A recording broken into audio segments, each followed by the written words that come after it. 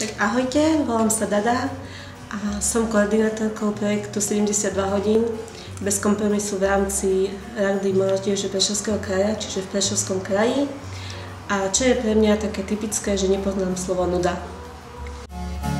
Golden brown texture like sun lays me down, with my mind she runs throughout the night. No need to fight, never a frown with golden brown. Dobrý projekt je, ak má dobrú myšlienku a ak osloví veľa ľudí s tým, že posunie týchto ľudí niekam vpred, niečím ich obohatí, získajú nejaké pekné zážitky.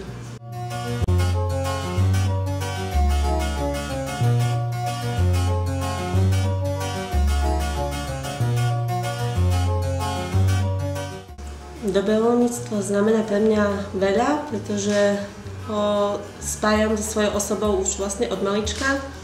A dobrovoľníctvo je pre mňa niečo, čo prináša užitok iným ľuďom, ale takisto obohacuje aj môj život a obohacuje to aj vzťahy s ľuďmi, ktorými sa stretávam v rámci dobrovoľníctva.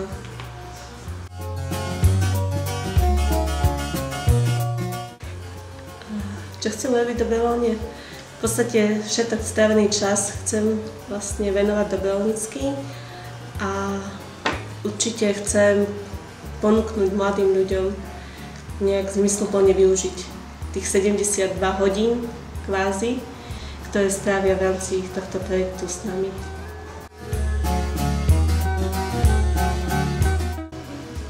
Veľa vecí by som chcela zmeniť a neviem, možno to, že by ľudia, ktorí budú mať v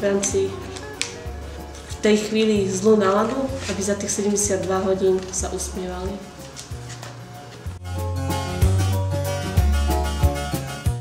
Čo by o mne nepovedali? Že som lenivá.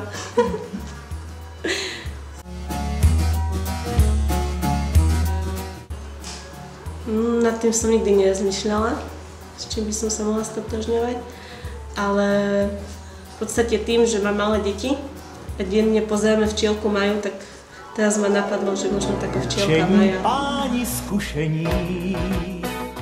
Leto. Vám teď podotknu, nikdo z vás nemá tušení, že v dálce stojí malý úr.